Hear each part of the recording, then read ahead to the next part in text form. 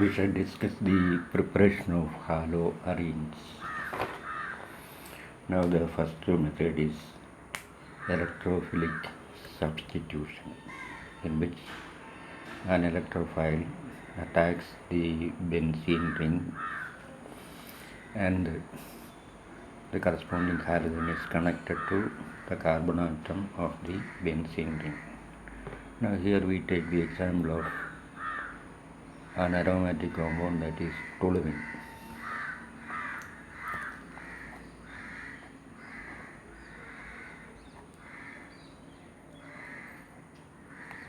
Toluene contains a methyl group connected to the benzene ring. Now this methyl group can undergo what is called hyperconjugation. Now the CH bond will be shifting in this direction, and this carbon increases its valency. So to maintain the valency, this pair of electron in the pi bond will be shifting in this position, that is, this carbon takes up the pi electron pair in its orbital, so that this carbon possessing a vacant orbital can receive this pair of electrons, and H will be removed, H will be kept as H positive. So we get a pair of electrons here and a double bond. Now this pair of electron may shift in between these two carbons as a bond, and to maintain the valency simultaneously, this pi bond will be shifting in this direction. That means the carbon here will possess a lone pair orbital just like this carbon. So we get a lone pair and a negative charge and a bond here. Now this may be repeated so that this electron pair becomes a bond pair like this, and this pair of electron becomes a lone pair by shifting this pair of electron in the orbital of this carbon, and we get a negative charge and a lone pair in the carbon orbital. Now this pair of electron can further shift in this direction, and this pair of electron towards H positive, so that we get the original structure. So that is hyperconjugation, and the net result of hyperconjugation is that the ortho and para positions get partial negative charge, and the CH bonds are weakened. That line represents the weak bonds, and there the weak pi bond is formed between the carbon of the methyl and the carbon of the benzene nucleus. So this will be the rough picture of the resonance hybrid. Now the hyperconjugation is mentioned to emphasize that the ortho and para positions are electron rich.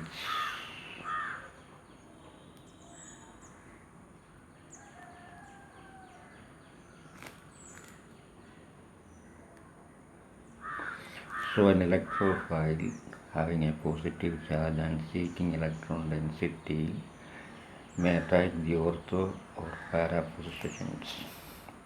Now for a halogenation reaction, we use halogen, that is chlorine here, and a catalyst, that is iron or ferric chloride, FeCl3. Now Fe, if used, will combine with the chlorine to produce FeCl3, and FeCl3 can further react with the chlorine, and there chlorine undergoes ionization as Cl positive and Cl negative. Now this Cl negative will combine with FeCl3, so it becomes FeCl4 negative. So Cl negative combining with FeCl3, we get FeCl4 negative and Cl positive, and this Cl positive acts as the electrophile.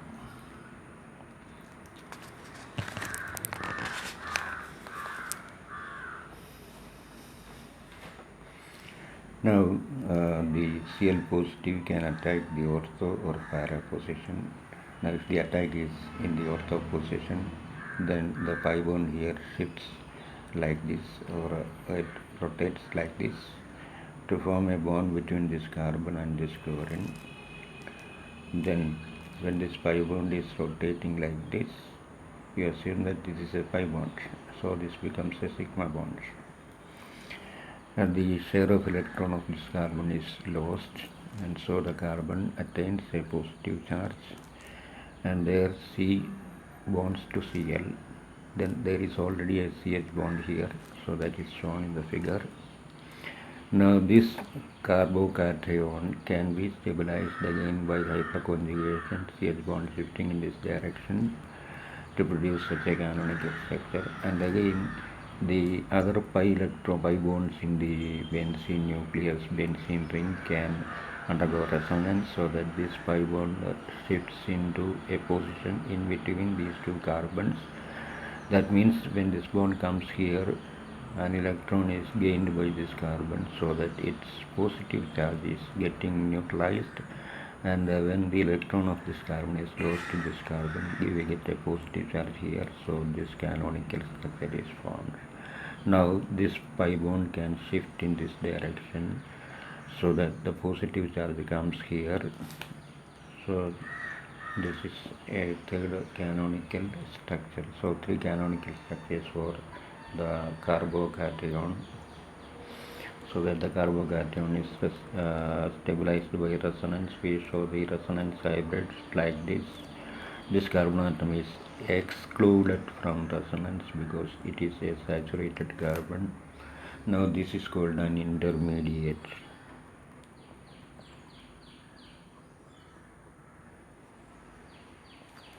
So intermediate is a carbocation.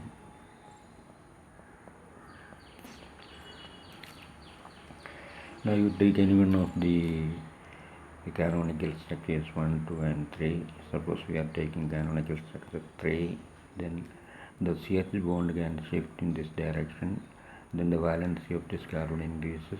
To maintain the valency, this pi bond will be shifting in this direction, and here the valency increases. To maintain the valency, this pi bond will be shifting in this direction, and there then this pi bond shifts in this direction. One electron of this carbon is gained by this carbon, so that the positive charge is getting neutralized, and then we get the corresponding benzenoid structure, and this is called orthochlorotoluene. Actually the bonding pattern should be, when this bond shifts in the direction, here a pi bond, and here a pi bond, and here a pi bond, and CH3 here, and here, and even if we write this one, there is no harm. Now the shift can occur in another simple way, the CH bond shifting in between these two carbons, so that the electron of hydrogen is obtained by this carbon and its positive charge gets neutralized. We get what is called orthochlorotoluene.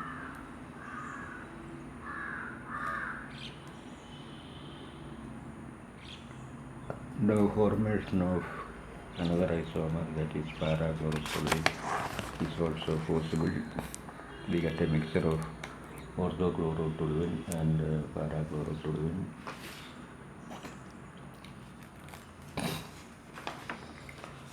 So on reaction with iron and chlorine from toluene, we get this isomer, that is orthochlorotoluene, and this one as parachlorotoluene. So both these isomers are possible, and the same mechanism can be written for the formation of both these isomers, and this is an example for electrophilic substitution reaction.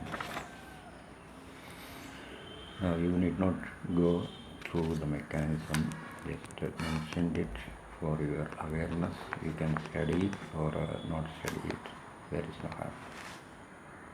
Then we can separate orthochlorotoluene and parachlorotoluene based on their melting points. For orthochlorotoluene, the melting point is minus 34 degrees Celsius, and for parachlorotoluene, having a higher melting point, 7.2 degrees Celsius, and both are liquids at room temperature. When you cool the mixture, that 7.2 degree the parachlorotoluene crystallizes.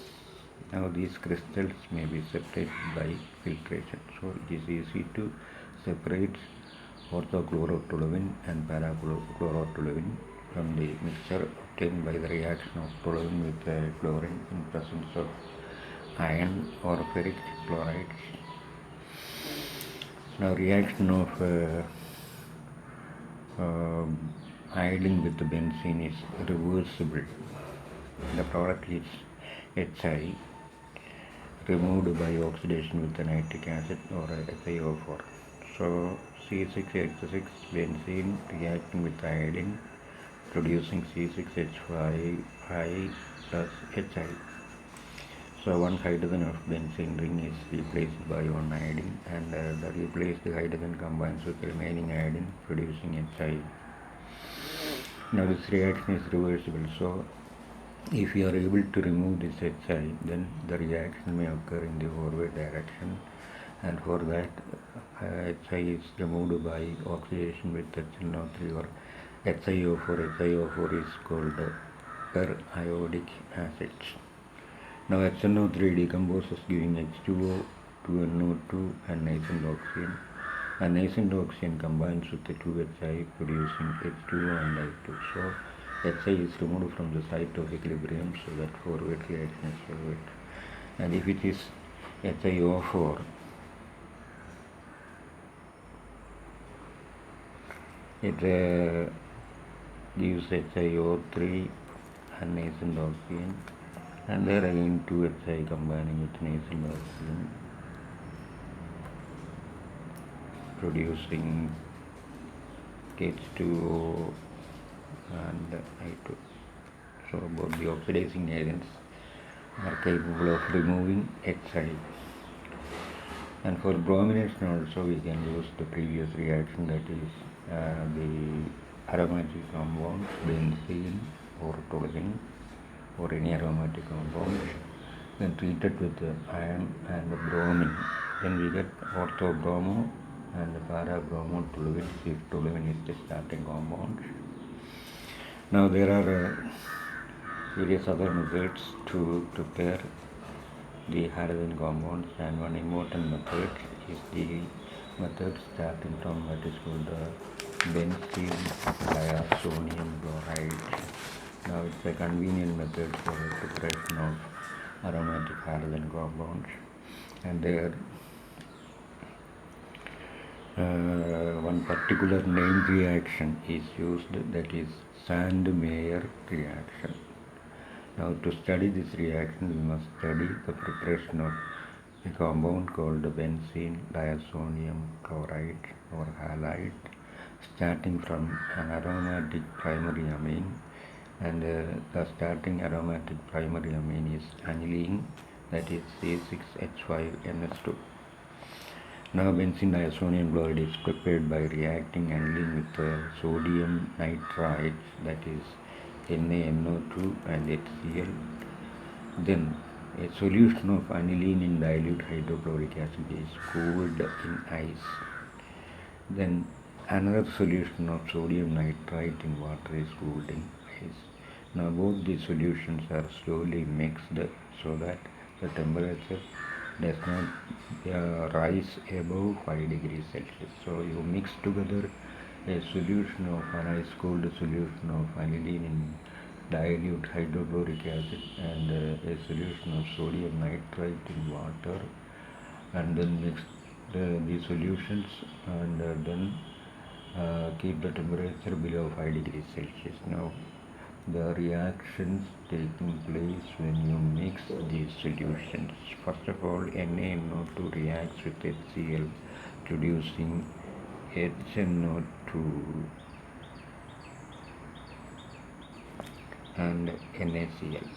HNO2 is nitrous acid, and nitrous acid is prepared inside the reaction mixture because it is highly unstable in the concentrated solution.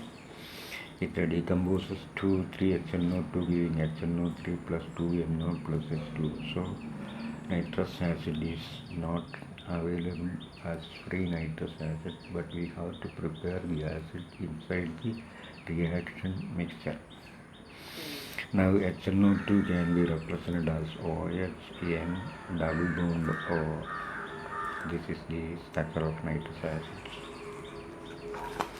Now nitrous acid reacts with the aniline as shown in this figure. HONO, N double bond O, then aniline with the primary amino group NH2. Now H2O is removed, there remains the double bond, then this N is connected to this double bond, and there is a nitrogen here, and one molecule of HCl combined with the OH producing water. So we get N double bond N, then Cl, because Cl has a valency by breaking of HCl bond. N has a valency by breaking NOH bond. Then the two valencies of nitrogen by breaking oxygen. Then two valencies of this nitrogen by breaking two hydrogen atoms. We get N double bond N, single bond Cl, and this is called benzene diazonium chloride, abbreviated as BDC. Now benzene diazonium chloride is a resonance hybrid of two structures. We can call it a covalent structure. Now this lone pair becomes a bond pair here, then the valency of nitrogen is increased to maintain the valency. This valency of nitrogen is increased, and to maintain the valency, the chlorine is removed as Cl negative. So we get N positive triple bond N and Cl negative.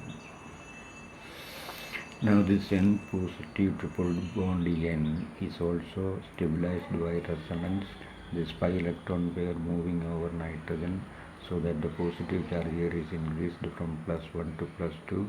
This pi bond is shifting in its direction, so that the original positive charge is maintained and a positive charge is obtained at ortho position.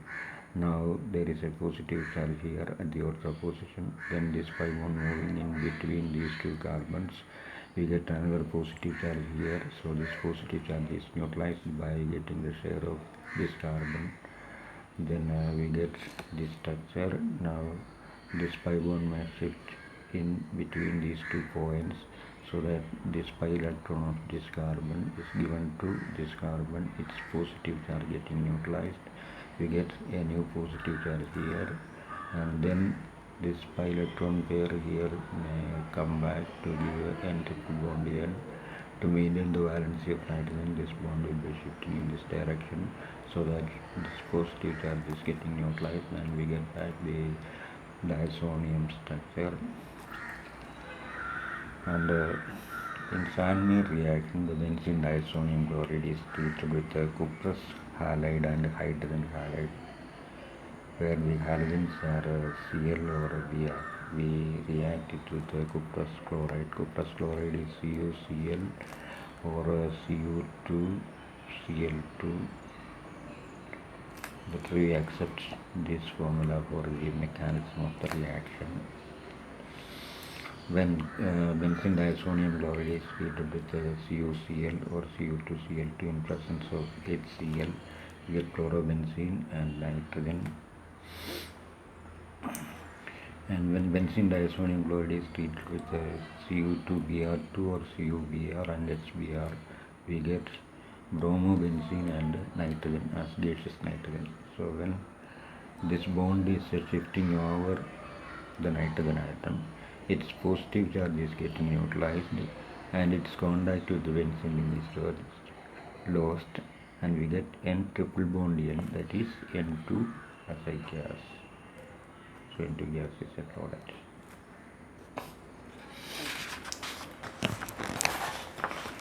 Now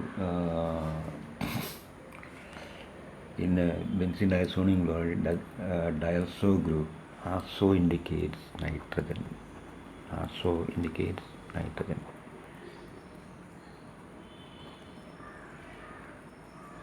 And diazo means 2 nitrogen. So this benzene diazonium, onium indicates a positive charge over nitrogen. Benzene diazonium salt Due to strong minus I and minus M effect of this N2 positive group shows minus I and minus M effect. There is greater withdrawal of electron density from the ring towards the diazo group, so that this carbon is highly positive in character. Now Cl negative can attack this carbon. To provide a valency, this pi bond will be shifting in this direction, and we get a negative charge here and this carbon connected to chlorine. Now this negative charge again returns back to the bond. Negative charge means a lone pair of electron here. So the pair of electron here returns back to a bond to maintain the valency of carbon. This bond will be shifting over nitrogen, so that N2 is removed as a gas and we get chlorobenzene. But this is not the actual mechanism of the reaction, because Cl minus, the origin of Cl minus, we cannot assess from where Cl minus comes. If Cl minus comes from the diazonium chloride group,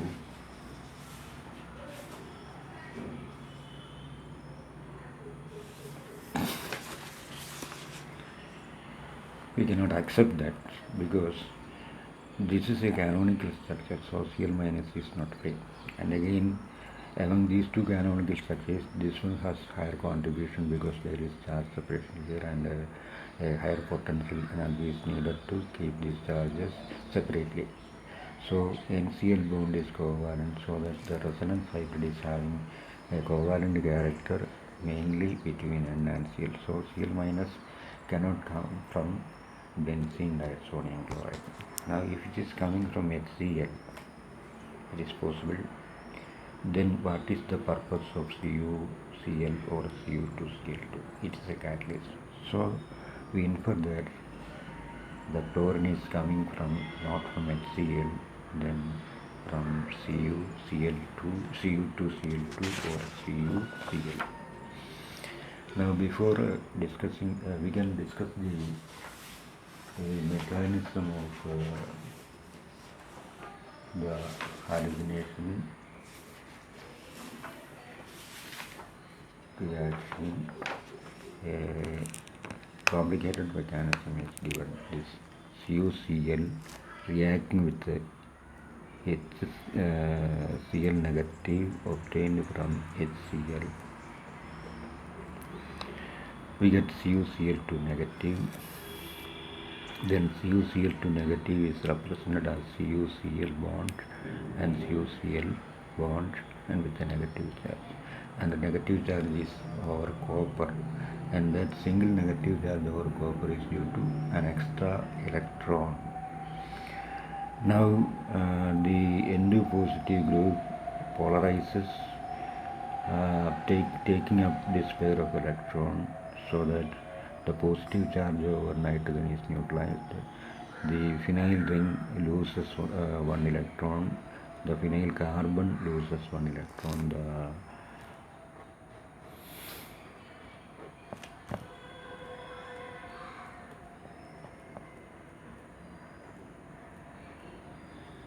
When this bond is shifting like this, we get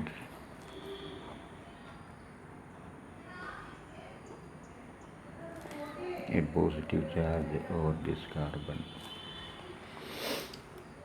Then N2 gas is removed. Then this Cu negative, the negative charge is due to a single electron. That single electron is given to the phenyl ring. That means Cu's negative donates a single electron to the positive carbon. Then we get the carbon with an orbital containing a single electron. Now that is called the phenyl radical.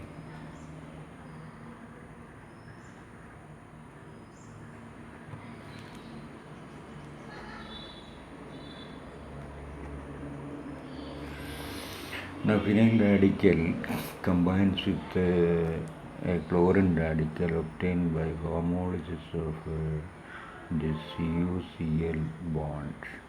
So we get the chlorine radical, and that combines with the vinyl radical to produce chlorobenzene, and we get CuCl, that is cuprous chloride. So we say cuprous chloride is a catalyst. Now I told these mechanisms not to confuse you when you can study these mechanisms, but remember that chlorine comes from the cuprous halide, and cuprous halide is a catalyst. So you can remember the name of the catalyst in the Sandmeyer reaction, that is cuprous halide. And that is Sandmeyer reaction. Now iodo compounds are prepared by boiling benzene diazonium chloride with potassium iodide. So the previous reaction, that is formation of the halogen compounds from diazonium chloride, for preparation of chlorobenzene, you can write this simple equation C6H5N2Cl giving C6H5Cl and N2. So this is a simple equation. And for so you have tried cuprous chloride here, and here CuBr, cuprous bromide. For a formation of bromobenzene, you take benzene diazonium chloride and then HBr, remove HCl, and then remove N2 and connect Br and C6H5. We get C6H5Br plus N2 plus HCl. So these two simple equations may be adopted for a Sandmeyer reaction, and that is enough. You need not go through the mechanisms. I told you the mechanism in order to make you understand that CuCl or Cu2Cl2 or CuBr or Cu2Br2 is actually the carrier of halogen to the benzene ring, and it is a catalyst. Then coming to the preparation of iodo compounds. Now benzene diazonium chloride is boiled with potassium iodide. The reaction is very simple. C6H5N2Cl plus Ki, a molecule of KCl is removed. Now by shifting of this pair of electron over nitrogen, N2 gas is removed, and C6H5 combines with I, producing C6H5I, that is iodobenzene. The remaining products are nitrogen as a gas. Then fluorocompounds are prepared from fluoroboric acid and benzene diazonium chloride.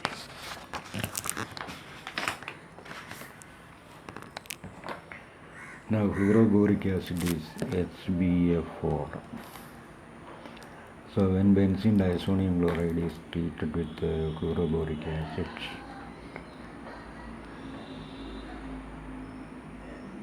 we get